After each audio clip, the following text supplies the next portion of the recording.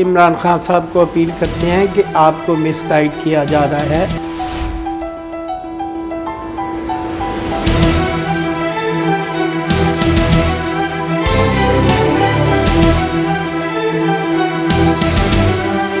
और सबसे पहले हमें सोचना पड़ेगा हमारी आवाम की क्या हालत है। बिस्मिल्लाहिर्रहमानिर्रहीम। पहले तो हम इस 17% को जो कि फार्मा इंडस्ट्री और फार्मा से रिलेटेड बाकी तमाम जो अलाइड इंडस्ट्रीज़ हैं उस पर लगा है, हम उसको 100% जो है मुस्तरद करते हैं।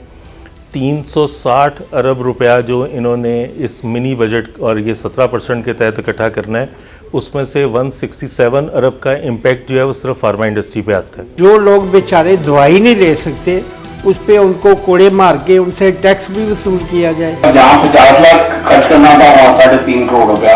ये फंड नहीं होगा, ये गवर्नमेंट की मर्जी कहती है, उनको रेवेन्यू की जरूरत है, उनको जहाँ से मिलेगा लेंगे।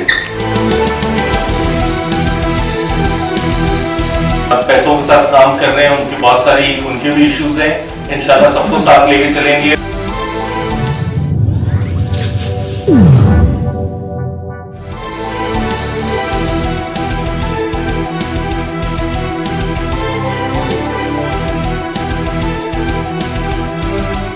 दवाई या कुछ चीज़ें शॉर्टेज मार्केट में होती हैं तो ब्लेम फार्मा इंडस्ट्री पे चला जाएगा, गवर्नमेंट थोड़ी ब्लेम देगी। वो कहेंगे ये मैन्युफैक्चरर हैं, पहले इनके प्रॉफिट मार्जिन बहुत हैं, ये जान के नहीं बना रहे। मैं ये बताता चलूँ कि ये 17% हमें, चूँकि इस गवर्नमेंट ने पिछले 3 साल में कोई कमिटमेंट पूरी नहीं की, हमें अंदाज़ा है कि ये सेल टैक्स जो हमसे इकट्ठा किया जा रहा है किसी सूरत पे भी ये रिफ़ंड नहीं होगा।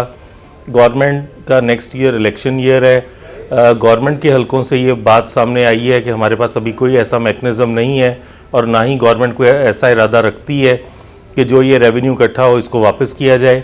हम इसको फौरी तौर पे फार्मा इंडस्ट्री से वापसी का मुतालबा करते हैं, वरना ये इम्पेक्ट जो है दवाइयों की कीमतों में इजाफे की सूरत पे आम आवाम पे पड़ेगा। गवर्नमेंट को और आम आवाम को इसको भुगतना पड़ेगा। मैं समझता हूँ कि आज के इन हालात पे ये मरीज़ों के साथ उनके साथ सरासर नाइंसाफ़ी होगी। एज ए एक्टिंग प्रेसिडेंट मैं गवर्नमेंट से रिक्वेस्ट करता हूँ कि फौरी तौर पे इसको विड्रॉ करे, वरना इसकी जो है वो दस्तयाबी को फार्मा इंडस्ट्री यकीनी नहीं बना सकेगी। लोग दवाइयों के लिए ख्वार होंगे या 17% एडिशनल जो है वो उनको पे करना पड़ेगा। हम लोगों ने, फार्मा इंडस्ट्री ने पहले भी बहुत सारी शहादतें दी हैं और हमने एहतजाज करके ही अपना जो है हमेशा वो मनवाया है। हमें अंदाज़ा है कि ये गवर्नमेंट एहतजाज की ज़ुबान को समझती है। एहतजाज के लिए हमें 20-25 हज़ार लोग जो हैं वो अगर दरकार भी हुए तो हम एहतजाज करेंगे, सड़कें ब्लॉक करेंगे और इंशाल्लाह इस इंडस्ट्री के साथ हमारे जो PCDA के मेंबर्स हैं, डिस्ट्रीब्यूटर हैं, अल्टरनेटिव इंडस्ट्री, उन सब ने जो है वो आज इजहार किया कि वो हमारा साथ देंगे। लेकिन हम कोशिश कर रहे हैं कि गवर्नमेंट को हमारी बात समझ आ जाए और वो इसको फिलफौर वापस ले ले। 167 बिलियन इकट्ठा करना चाहते हैं, तो अगर ये 200 रुपये की गोल्ड लीफ की डब्बी है उसको 400 रुपया कर दें, मेरे ख्याल में उसमें सब डबल पैसे इनसे इकट्ठे हो जाएंगे। सिगरेट सेक्टर में बड़े बड़े ब्रांड बैठे हुए हैं गवर्नमेंट के अंदर ही, तो उनको मेरे ख्याल में नहीं छेड़ा जा रहा है। उसमें लोगों का भी भला होगा, लोगों की सेहत भी अच्छी होगी।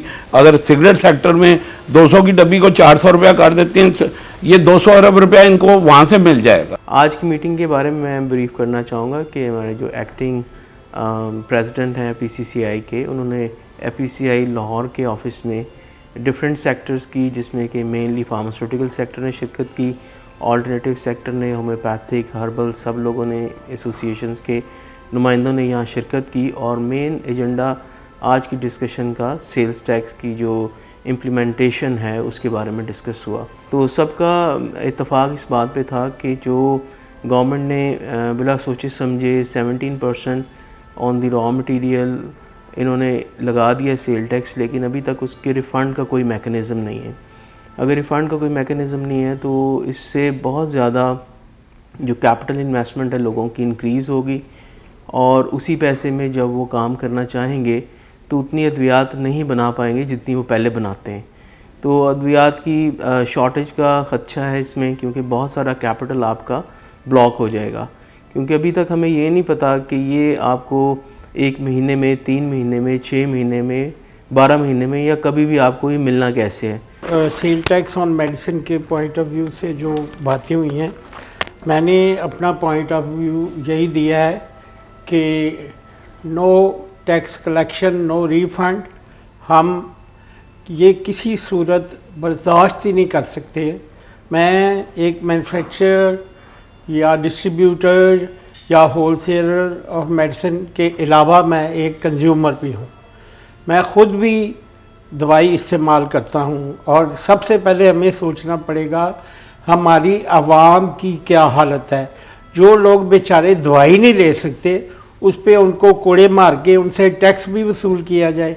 हमें कुछ ख्याल होना चाहिए। ये 2002 में भी गवर्नमेंट ने कोशिश की थी और नाकाम हुई थी। हम अब भी इमरान खान साहब को अपील करते हैं कि आपको मिसगाइड किया जा रहा है। दुनिया में कहीं भी दवाइयों पे सेल टैक्स नहीं है। मैंने 10 साल अमेरिका में भी फार्मेसी चलाई है और यूरोप वगैरह भी गया हूँ, कहीं भी सेल टैक्स दवाइयों पे नहीं है। मोए को हमारे शामदार एक बेचारा पहले बीमार है, nobody knows if he can afford it or not, और हम उस पर टैक्स लगाने जा रहे हैं 17%, जिसका कोई मैकेनिज़्म तय नहीं है कि ये रिफ़ंड कैसे होगा।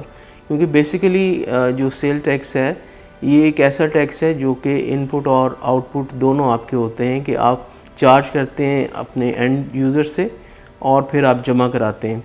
लेकिन इस सूरत में सिर्फ जो इंडस्ट्री है वो पे कर रही है और फिर वो जब अपनी सेल करेगी तो उसका एविडेंस दिखा के, जहाँ तक हमें अभी तक मालूमात में आया, तो फिर वो रिफ़ंड करेंगे। तो रिफ़ंड का कोई मैकेनिज़्म ना तो वेबसाइट पे है ना हमें डिस्कस किया गया है।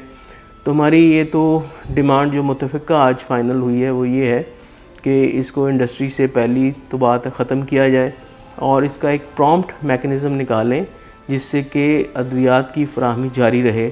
हमारे अगर ये मुतालबात मंजूर नहीं होते तो आज की मीटिंग में मुतफ़िक़ा इस बात पे इत्तफ़ाक़ हुआ कि फिर हम हर लेवल पे इसका एहतजाज करेंगे और उस एहतजाज में तमाम इंडस्ट्री और डिस्ट्रीब्यूटर्स, रिटेलर्स और इवन जो दूसरी इंडस्ट्री है हमारी ऑल्टरनेट की, हेल्थ एंड OTC की, वो भी इसमें शामिल होगी। इसको रोका जाए, ये किसी सूरत बर्दाश्त नहीं है। और इसमें PCDA यानी कि रिटेलर, फार्मा और होलसेलर और डिस्ट्रीब्यूटर सारे यकजान हैं और यक ज़ुबान हैं कि दवाइयों पे सेल टैक्स नहीं होना। इसके लिए जैसा भी एहतजाज की ज़रूरत रही, गवर्नमेंट को चाहिए कि इससे पहले कि मुख्तलिफ़ किस्म की तहरीकें शुरू हो जाएं, वो इस आइडिया को ड्रॉप करें। No tax and no return. Thank you very much. देखते रहिए हमारा चैनल पाक 360, लाइक कीजिए, सब्सक्राइब कीजिए।